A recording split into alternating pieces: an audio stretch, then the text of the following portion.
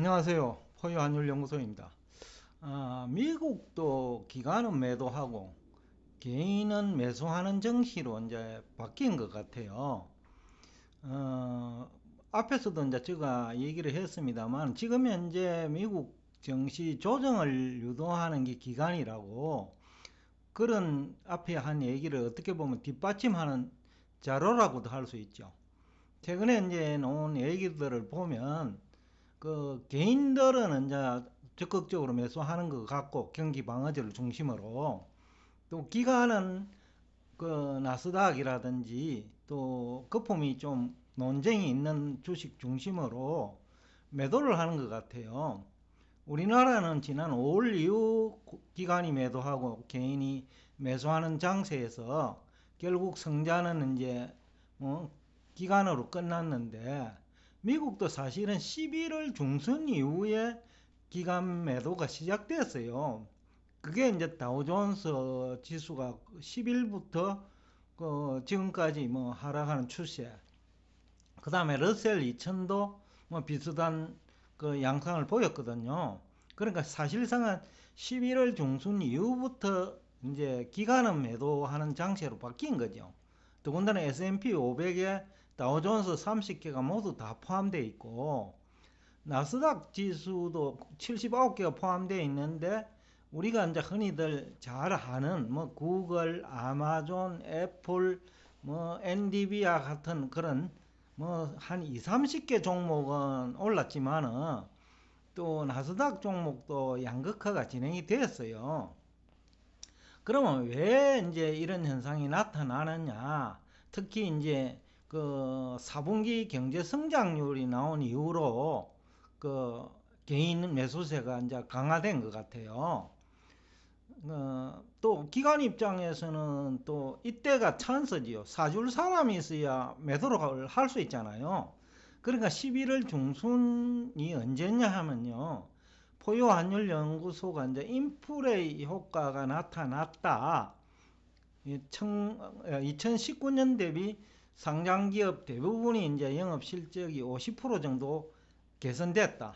그때부터 사실상은 매도하기 시작한 거 아니냐라는 그 추정을 이제 해볼 수 있는 것 같아요. 결국은 이제 개인이 여태까지 부정적으로 시장을 바라봤던 개인이나 기관이 매수하는 시점이 기관 입장에서는 매도할 수 있는 타이밍이거든요. 그래서 아마 그때부터 매도가 시작된 거 아니냐 이래 볼 수 있고, 또 개인은 4분기 경제 성장률이 이제 모두 이구동성으로 3분기보다 크게 개선된다. 또 실업률도 낮아진다. 또 물가도 안정되는 모습이죠. 국제 유가가 지금 5주 연속 하락을 했으니까 오늘까지 하락하면 주 단위니까 5주 연속 하락이에요. 그러니까 여태까지 이제 언론이나 또 패널들이 유튜브 공간에서 그 바람 잡았던 그 리스크가 해소되죠. 그런 것을 이제 기관은 역으로 이용하고 개인은 또 일반적으로 현실에 충실하잖아요. 눈앞에 보이는 현실. 또 기관은 미래지향적으로 행동합니다. 그래야 그 높은 가격에 매도할 수 있고 낮은 가격에 매수할 수 있으니까 그런 측면에서 보는 것이 맞다. 그러니까 코로나라든지 테이퍼링을 가지고 접근하는 것이 아니라는 거죠. 그 기관들은. 그러니까 코로나가 1년간 지속되었음에도 불구하고 기관은 매수를 했고, 또 경제가 회복되니까 코로나 사태가 계속됨에도 불구하고 또 매도하기 시작했다는 그런 이제 분석이 가능한 거죠. 그러니까 경제가 살아날 때, 그것이 확인이 눈에 들어올 때 개인은 적극적이거든요. 이제 경기가 살아난다고. 또 기관 입장에서는 그때 매도해야 비싼 가격으로 개인한테, 또 비관적으로 그 보는 사람들, 우리나라 치면 김영희 교수님 같은 분한테 앵길 수 있는 거죠. 떠넘길 수 있다는 거죠. 그러니까 그런 측면에서 이제 봐야 된다. 그래서 미래를 보고 움직이느냐, 아니면 눈에 보이는 현실을 보고 그 맞추어 가지고 해석하느냐, 그런 차이인 것 같아요.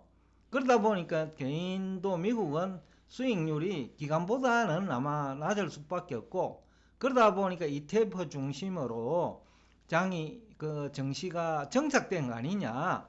우리나라에는 이제 기관들이 능력이 안 되니까 개인 비중이 높아진 거고, 그런 측면에서 보아야 되지 않느냐. 쉽게 하면 공부하지 않는 기관한테 돈 맡길 수 없다는 게 우리나라고, 미국은 공부하는 기관한테 맡기는 것이 상대적으로 수익률이 높다 하는 것을 지금까지 보여줬고요. 그런 측면에서 봐야 되고, 또 기관은 돈이 이제 풍부한 유동성은 아직까지는 유효하니까 또 매수를 하는 것 같고, 기관은 이제 반대지요. 앞에서 이제 비교 설명을 했는데, 개인이 매수할 때 거품 논쟁 주식을 매도해야 될 거 아닙니까? 거기다가 이제 골드만삭스 등에서 나머지 그 투자은행들도 올해만큼 내년 주가가 상승할 것으로 보는 그런 투자은행 없어요.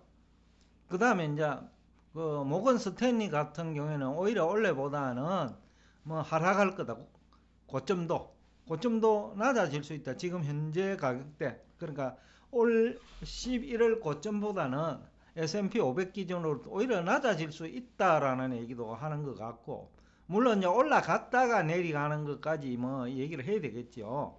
그러면 이제 EPS가 이제 8%밖에 왜 증가하지 않을 것이냐는, 앞에서 포용환율연구소의 예상대로 내년에는 인플레이션이 율이 그렇게 높지 않다. 전년도 대비로 이제 물가를 얘기하잖아요. 그러면 EPS도 전년 대비 이제 증가율이거든요. 그러니까 2021년 대비로는 8%밖에 증가하지 않는다. 그러니까 내년 고점도 한 5,050에서 5,100 정도 안 되겠냐, 이렇게 해석하는 것 같아요. 그러다 보면 이제 추가적인 상승 여력이 없잖아요. 그러니까 이보 전진을 위한 일보 후퇴 전략으로 기관은 매도하고 개인은 매수하는 거죠. 그러니까 미래를 보는 개인은 매도하고, 눈앞에 보이는 현실을 중시하는 개인은 매수를 하는 거고, 그 다음에 또 기관은 원래 이제 그 가격이 큰 폭으로 상승한 주식도 결국 환경 변화잖아요. 코로나 사태라 하는 환경, 그 다음에 물가 상승이라는 환경을 이용해가 투자를 했다면, 내년에는 펀더멘탈, 금리 인상이라든지 또 물가 안정이라든지 이런 경제 환경 변화를 수용한 포트폴리오 재편이 또 필요하죠. 그래서 이제 미국에서는 전략가라하는 직업이 있어요. 우리는 펀드 매니저와 애널리스트로 구분하지만은 그 두 조직을, 특히 펀드 매니저를 통제하는 역할을 하는 직업이 이제 전략가인데, 스트레티지스트라고 하는데, 우리나라에는 그 역할을 하는 사람이 없어요. 그 정도 되는 능력을 가진 사람이 없어요. 환율 결정 원리 잘 모르고, 금리 결정 원리 잘 모르고, 환율과 주가 지수 관계 모르고, 또 금리와 주가 지수도 기준금리를 가지고 얘기하고, 그런 이제 수준에서는 스트레티지스트라고 하는 그 전략가가 나올 수가 없죠. 그러니까 이제 전략가가 없는 한국에서는 개인이 이제 무게중심이 되는데, 미국은 미래를 볼 수 있는 눈을 가진 전략가라고 하는 직업이 있어가지고, 그래서 미래지향적으로 가는 거예요, 기관들이. 그런데 개인은 미국에서도 역시 눈앞에 보이는 현실 중심으로 접근을 하고 있고, 그러다 보니까 이제 전략이 틀리는 거죠. 기관이 적극적으로 매수할 때는 너무 위험하다. 거품 논쟁을 하는 주체가 또 개인이고, 또 기관이 팔 때는 기관이 왜 매도하지? 경제 좋고 물가 안정되고 다 좋아지는데 왜 기관이 매도하지? 이런 식이죠. 그러니까 우리 국내에서 방송하는 공영방송, 또 경제 패널로 활동하시는 분도 어떻게 보면 미국 개인 수준 정도라고 보면 됩니다.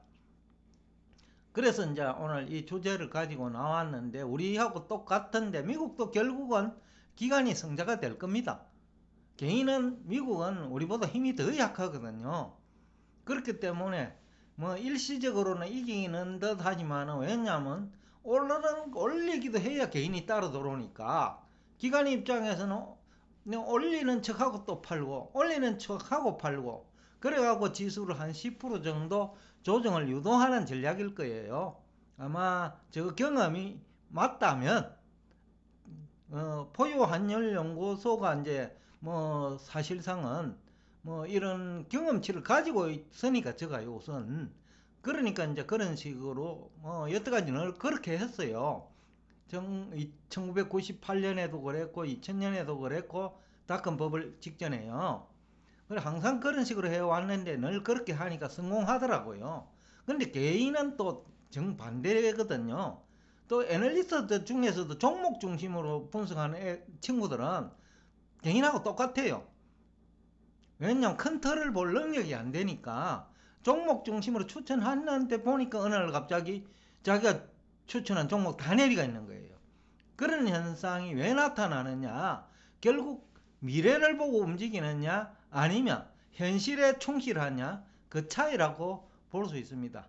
오늘도 끝까지 경청해 주셔서 대단히 감사합니다. 아마 여러분에게 도움이 되리라고 해서 이 주제를 가지고 나왔습니다.